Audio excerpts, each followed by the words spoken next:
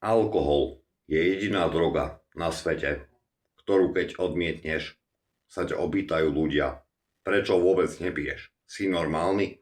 Však alkohol je úplne normálna vec. Ale keď som si dal čiaru pervitínu alebo blízku heroínu do seba, tak sa ma každý pýtal, že prečo to robím, či som normálny a či viem, čo to znamená. Že to proste znamená úpadok.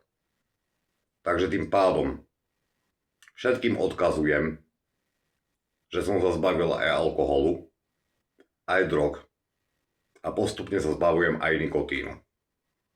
Ak si to niekto nebude vážiť, že som teraz momentálne normálny, čistý človek, v tom prípade netuším už vôbec, o čo im ide.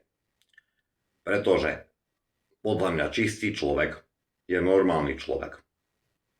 A nie ten, ktorý sa prispôsobuje v avantgardnej skupine ľudí a prispôsobuje sa nejakým ľuďom, ktorí z neho chcú sústavne urobiť iba dementa a idiota. A dostať ho silou mocou do nejakých problémov a do basy. Za to, že spácha nejaký trestný čin pod vplyvom aj tolerovanej drogy alkoholu. S Bohom.